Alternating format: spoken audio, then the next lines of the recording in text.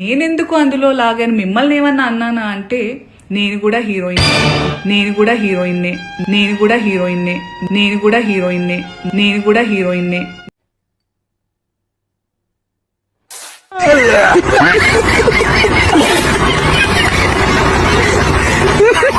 ఏ మూర్ఖుడు చెబుతాడు అలాగా? నాకేం పని, నా బిడ్డలు అనుకొని చెప్పాను తప్ప నాకేం వస్తుందండి?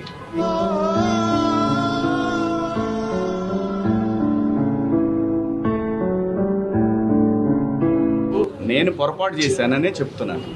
నేను అనవసరంగా సలహాలు ఇచ్చాను.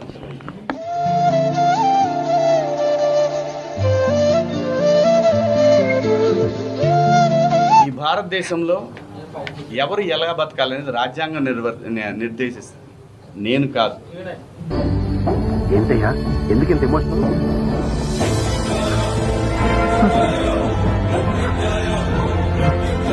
అర్థమైంది ఏంటంటే సలహాలు ఇవ్వటం మానుకోవాలి, సలహాలు ఇవ్వటం, మంచి మాటలు చెప్పటం మానుకోవాలి.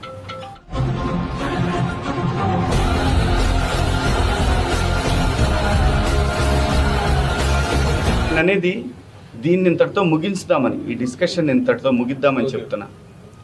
మరి ఎప్పుడైనా నేను ప్రశ్నించావా, గెలిచావో, ఓడావో, నువ్వే ఎదిగావో, మునిగావో. साउंड हमें ऊपर ले लो, बैठ गए आजा ऊपर दम है तो आजा. టాలెంట్ చూపిస్తున్నావేంటి? ఏమన్నారు? టాలెంట్ చూపిస్తున్నావేంటి అన్న.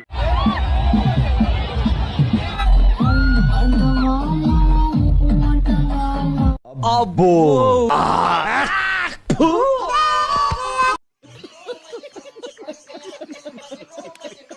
మీరు చదువుకునేది ఫస్ట్, చదువుకోండి ఫస్ట్.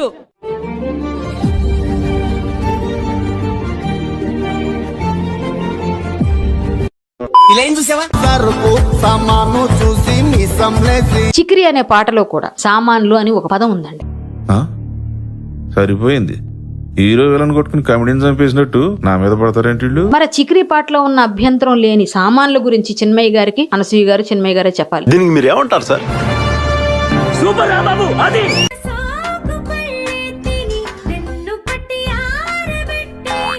ఈ పాట పాడింది ఎవరమ్మా? సోకుపళ్ళు అంటే ఏంటి? నాకు జాంపండు తెలుసు, అరటిపండు తెలుసు, రేగిపండు తెలుసు. సోకుపళ్ళు అంటే ఏంటి ఆవిడే చెప్పాలి, చిన్మయ్య గారు. ఏమైందా సప్పుడు చేస్తావు? సోకుపళ్ళే తిని వెన్ను పట్టి ఆరబెట్టై హని. ఏం మాట్లాడుతున్నావురా?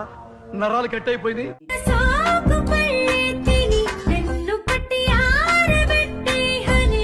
అది బుర్ర బూద. ఈ పాట పాడింది ఎవరమ్మా? చిన్మయ్య గారు.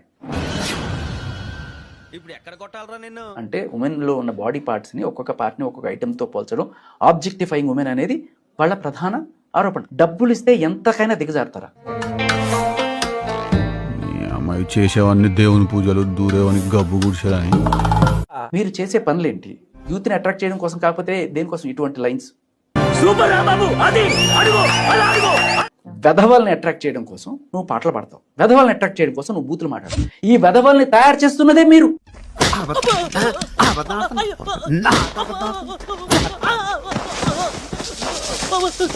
ఎవరావిడ? లీలారాణి అని స్త్రీ సంక్షేమ నాయకురాలు సార్. ఏం చేస్తా ఉంటుంది? మొగుడుతో కాపురం తప్ప అన్ని చేస్తుంటది. ఆడది రేప్ చేసినా, మర్డర్ చేసినా స్త్రీకి న్యాయం జరగాలంటూ అలా 10 మంది ఆడవాళ్ళని వెనకాలేసుకుని మీడియా ముందు గొడవలు చేస్తుంటది. బాగా పబ్లిసిటీ పిచ్చిలేండి. సీతాదేవి తర్వాత ద్రౌపది ఏ టీషర్ట్లు వేసుకున్నారా రేపులు అయ్యాయి ఆ రోజుల్లోనే. రేపు కొడితే మెడికల్ టెస్టులు చేయించుకోవడానికి మీ ఆస్తులు అమ్మినా సరిపోవు. ఓ పిల్ల 28,000 రేపులు అయ్యాయి. ఎవరు చేస్తున్నారు? ఈ హిందువులు, ఈ మగజాతి.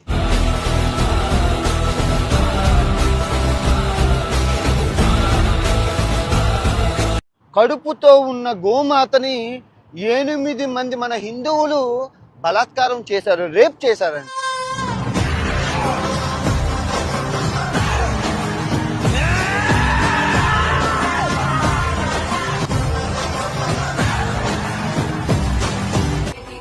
అరే హిందువుల్ని ఎన్ని మాట్లాడుతున్నాడు రా, రేపులన్నీ చేసి హిందువులు అంటున్నాడు. మాట్లాడట్లేదు, వాడి మీద ఎందుకు కేసులు పెట్టట్లేదు, వాడిని ఎందుకు ఇండియాకు తీసుకొచ్చి గుడ్డలు ఎప్పుడేసి నడి రోడ్డు మీద తరిమి కొట్టట్లేదు.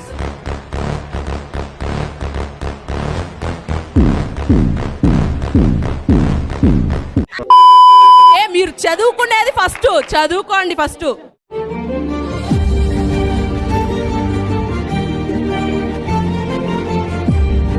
శుభ్రమైన టీషర్ట్ వేసేటువంటి అన్ని కనపడేలాగా దాని మీద నినాదం. ఇంకా అవతల వాడు ఎలా అవుతాడు, 18 ఏళ్ల వాడు 55 ఏళ్ల వాడు మేమే ఆగలేము.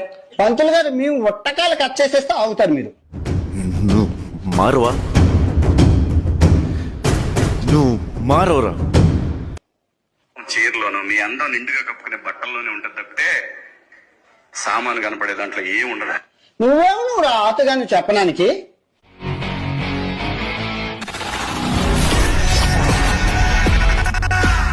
అమ్మాయిలు ఒక్కసారి ఆలోచించండి. మాకు కొంచెం ప్రమాదకరమైన వేషం ఏమొచ్చిందంటే జీన్స్ టీషర్ట్ వచ్చింది. అవయవాలు పొందిగ్గా బిగువుగా కనపడుతుంటే కుర్రాడు ఎవడన్నా ఊరుకోగలండి? నన్ను కూడా అసలు మనం ఎందుకు ప్రదర్శించాలి? నా హక్కు అంటే ఏం చెబుతారో అది వాడి హక్కు.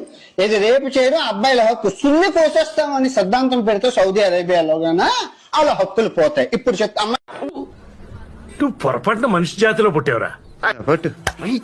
కోట ఇది వెళ్ళిపోద్ది లోపలికి. మీకు ఇష్టమైన యూట్యూబర్ ఎవరు సార్? వాడు అన్వేషణ ఒకడు ఉంటాడమ్మా. ఆడి మమ్మీ ఆడు అసలు మామూలుడు కాదమ్మా. ఆడు దుంప తెక వాడు వాట్ ఏ పర్సన్ అమ్మా. వాడు మాత్రం ఈ శివాజీ ఎంత దొంగ లంజా కొడుకు అంటే నా అంబిషన్ 10th క్లాస్ ఫెయిల్ అయిపోయిన లంజా కొడుకు. వాడు చెప్పడం మీరు వినడం.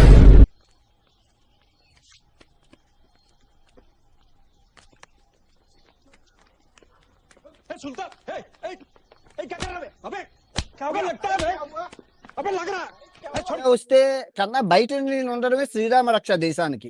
నేను బయట నుండి అన్ని సాధిస్తాను చూడు.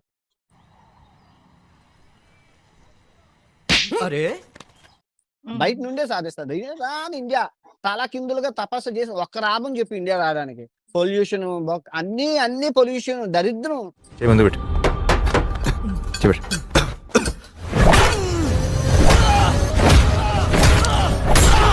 రేపు నా కూతురు పూర్తి రేపు చేసేస్తే నాకెందుకు ఇది అర్థం? నేను రాను. నేను అదే ఫారెన్ లో థాయిలాండ్ లో కంటాను.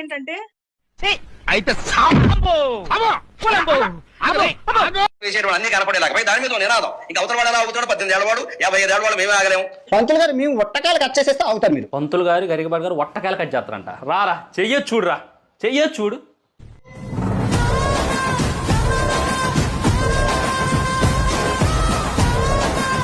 సామాను కనపడే దాంట్లో ఏం ఉండదు. నువ్వేమో నువ్వు రాతగాని చెప్పడానికి. మరి నువ్వెవడురా బొగ్గాడి మాకు చెప్పడానికి? మరి నువ్వెవడురా బొగ్గాడి మాకు చెప్పడానికి?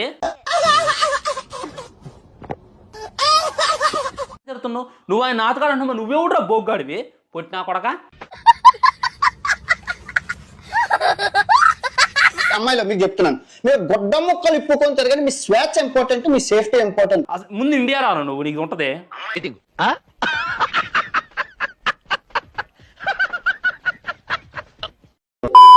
ఇప్పుడు పురాణ కాలంలో మనకి యుద్ధాలు ఎట్లా జరిగేటివి? ఆడోళ్ళ కోసం జరిగేటివి. అదే ఒక చీర లాగితే సంథింగ్ ద్రౌపది కోసం అది ఉంది కదా. ఇప్పుడేమో కవర్ చేసుకోండి యుద్ధాలు అవుతున్నాయి బ్రో. ఇంక ఇడిచిపెడతాం అట్లాంటప్పుడు ఏం చేస్తావు? ఇంకా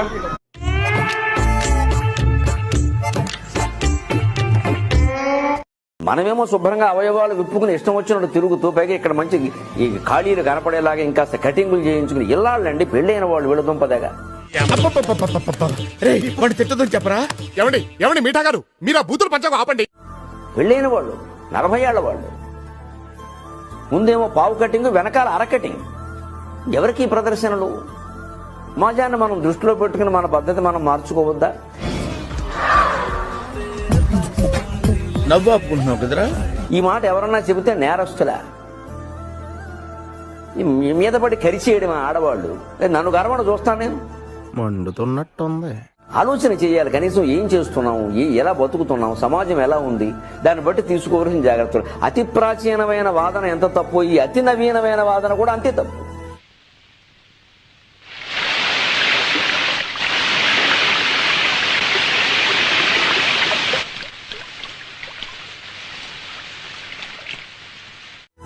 అసలు మన భారతీయ సంస్కృతి సమన్వయ సంస్కృతి. మంచి చెడ్డ ఏమిటో గీత గీసి విచక్షణ చేసి తెలుసుకోవాలి. ఒక చిన్న గీత ఉంటుందని, చాలా స్వల్పమైన రేఖ లాంటిది, శృంగారానికి అశ్లీలానికి మధ్యలో. ఆ గీత చెరిగిపోతే అశ్లీలం అయిపోతుంది.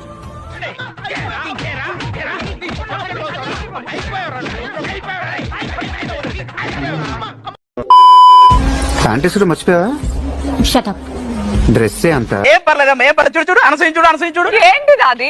నిన్ను చూస్తే కోడే ఆగట్లేదు. పొగడిగాలం మేము ఆగుతామా? అంటే ఆమె అటెన్షన్ తోపడానికి ఈ గ్యాప్ లో వచ్చే ఈ విధంగా శివాజీ ఈ విధంగా అన్నది నేను ఒక ఫెమినిస్ట్ ని నేను సపోర్ట్ చేశాను మాట్లాడడానికి, తనైతే ఆ విధంగా మాట్లాడుతుందని చెప్పి నాకైతే అనిపించింది. అవును సార్, నేను అదే ఫీల్ అవుతున్నాను. నేనెందుకు అందులో లాగాను? మిమ్మల్ని ఏమన్నా అన్నానా అంటే, హాయ్ ఆంటీ, మీతో ఒక డీల్ మాట్లాడడానికి వచ్చానంటీ, చెప్పమంటారా? అనసూయ రియాక్ట్ అవుతుంది. అనసూయ గారికి నేను ఒకటే చెప్తాను, చెప్పు అన్నది నిన్ను కాదు అన్నది హీరోయిన్స్ ని. నువ్వు జస్ట్ సైడ్ క్యారెక్టర్. అంత మాట నువ్వు పెద్ద అమ్మి, ఒక ఆంటీ. అంతే అమ్మాయిల్ని. అసలు అమ్మాయిలంటే ఆంటీ ఎందుకు రియాక్ట్ అవుతుంది? ఆంటీ ఆంటీ ఏ డింబి డింబిరో డిండి డిండి ఆంటీ వచ్చిందిరో. హీరోయిన్లు అంటే సైడ్ క్యారెక్టర్ ఎందుకు రియాక్ట్ అవుతుంది అనేటటువంటిది. నేను కూడా హీరోయిన్నే.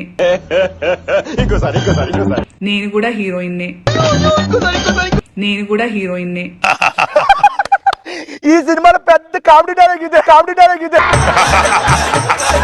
నీ శరీరం, నీ మొగుడు, నీ పిల్లలు, నీ కుటుంబ సభ్యులకు చూపించుకో. ప్రతి ఒక్కడికి చూపిస్తే ఊరుకుంటారా? ప్రతి ఒక్కడికి చూపిస్తానికేనా నువ్వు పుట్టింది? మండుతున్నట్టుంది. మీ అమ్మ మీ నాన్న నీకు అందుకే ఇచ్చారా జన్మ? అమ్మ నీకు జన్మనిచ్చావు, నువ్వు ప్రతి ఒక్కరికి బొమ్మలు చూపించని ఇచ్చారా? లేదు కదా. ఇది వెళ్ళిపోద్ది లోపలికి. మిగతా వాళ్ళందరూ చాలా మంది యాంకర్స్ ఉన్నారు. ఇంతకు ముందు వచ్చినటువంటి అనితా చౌదరి లేదా, సుమా లేదా, వీళ్ళందరూ కూడా ఒకప్పుడు వచ్చిన ఝాన్సీ లేదా, వీళ్ళందరూ కూడా సాంప్రదాయ వస్త్రధారణలో వచ్చారనమాట.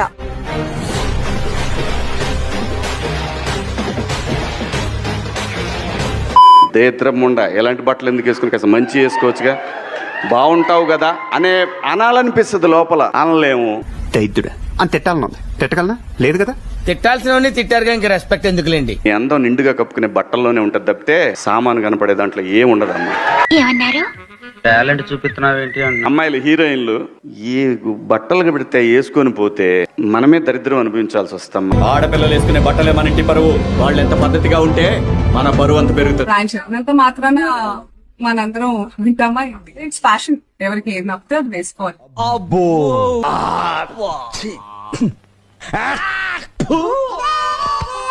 ఎవరే బట్టలు వేసుకుంటే నాకేంటండి? పోనీ మీరు ఎవరన్నా ఆ పిల్లకి అండగా నిలబడ్డారమ్మా? అంటే అది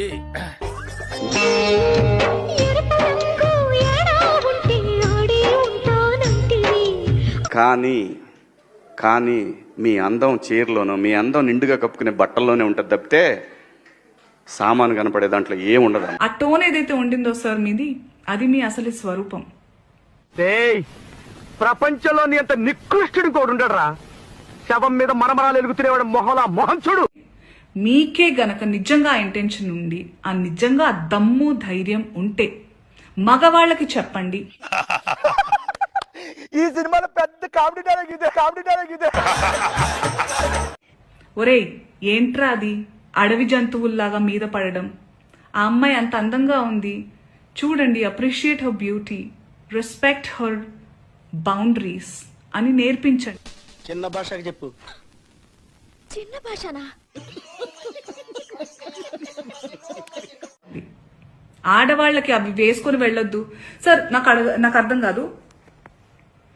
బట్టలు ఇలా వేసుకోవాలి, అలా వేసుకోవాలని చెప్పాలి, అలా వేసుకోవాలి, ఇలా వేసుకోవాలని ఎక్కడ రాస్తుంది సార్? మీరు చెప్పండి. గ్లామర్ అనేది ఒక దశ వరకే ఉండాలా. ఇంతవరకు ఉంటే పర్లా, అది ఇక్కడికి రాకూడదు. ఎస్, మోడర్న్ గా కూడా వేసుకోవాలి, వేసుకోవద్దు అసలు బట్టలకు ప్రస్తావనే లేదు సార్. బికాస్ బట్టలు డోంట్ మ్యాటర్. అమ్మాయి చేసేవన్నీ దేవుని పూజలు, దూరేవని గబ్బు గుడిసేదని. శివాజీ గారు చెప్పిన మాటల్ని చాలా ఘాటుగా చెప్పారు. చెప్పే పాయింట్ కరెక్టే గానీ అంత ఘాటుగా చెప్పాల్సిన అవసరం లేదేమో, కొంచెం సున్నితంగా కూడా చెప్పుండాల్సిందేమో అని అంటున్నారు. కానీ ఒకసారి ఆలోచిస్తే సమస్య ఘాటుగా ఉన్నప్పుడు కొన్నిసార్లు ఘాటుగా చెప్పడం కూడా అవసరమేమో. ఆలోచించండి ఒకసారి.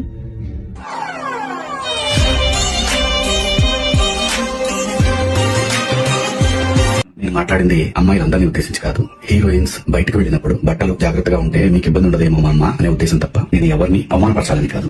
అది అన్న మాట్లాడిన దాంట్లో తప్పే ఉంది. కరెక్ట్ చెప్పాడు కదా, మీరు బయటకు వచ్చినప్పుడు ఇబ్బంది పడతారమ్మా, కొంచెం జాగ్రత్తగా డ్రెస్ వేసుకోరండి, కొంచెం పద్ధతిగా రండి, అందం ప్రకృతిలో ఉంటది, ఆడదాన్ని కట్టుబొట్టులో ఉంటదమ్మా, మీకు రెస్పెక్ట్ పెరుగుతుందని చెప్పాడు. అది కూడా తప్పేనా? చాలా మంది ఆయన చెప్పిన మాటను పక్కన పెట్టేసి అసలు ఈడెవడు మాకు చెప్పాలి, మేము ఏం వేసుకోవాలో చెప్పేది ఈడెవడు అనే దానికి వచ్చేసారు. సరే ఒక్కటే క్వశ్చన్ అబ్బా ఈ మాట్లాడే వాళ్ళందరికీ, మీరు ట్రెడిషనల్ గా పద్ధతిగా ఉన్నప్పుడు మీ కామెంట్ బాక్స్ ఓపెన్ చేయండి ఇన్స్టాగ్రామ్. మీరు కొంచెం జెన్జెట్ టైప్ లో హద్దులు దాటి డ్రెస్లు వేసుకున్నప్పుడు కామెంట్ బాక్స్ ఓపెన్ చేయండి. మీ ఇంట్లో ఉన్న మీ పిల్లలతోనో, మీ హస్బెండ్ తోనో, మీ బ్రదర్స్ తోనో, లేకుంటే మీ అమ్మా నాన్నతోనో పక్కన కూర్చొని ఆ కామెంట్ చదివించండి. అంతే, ఇంకేం వద్దు, చదివించండి. చదివించి ఆ వీడియోని మళ్ళీ పోస్ట్ చేయండి ఇన్స్టాగ్రామ్ లో, అంతే.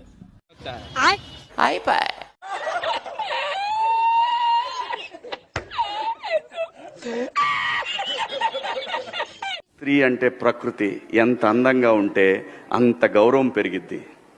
ఈ ప్రకృతి అద్భుతంగా ఉంటుంది. అలాగే స్త్రీ మా అమ్మ చక్కగా ఎప్పటికీ గుండెల్లో కనపడతా ఉంటుంది. ఒక సావిత్రమ్మ కానీ, ఒక సౌందర్య కానీ. నేను ఇచ్చిన స్టేట్మెంట్కి మాత్రం కట్టుబడే ఉన్నాను. దాంట్లో ఎవరికి భయపడేదే లేదు.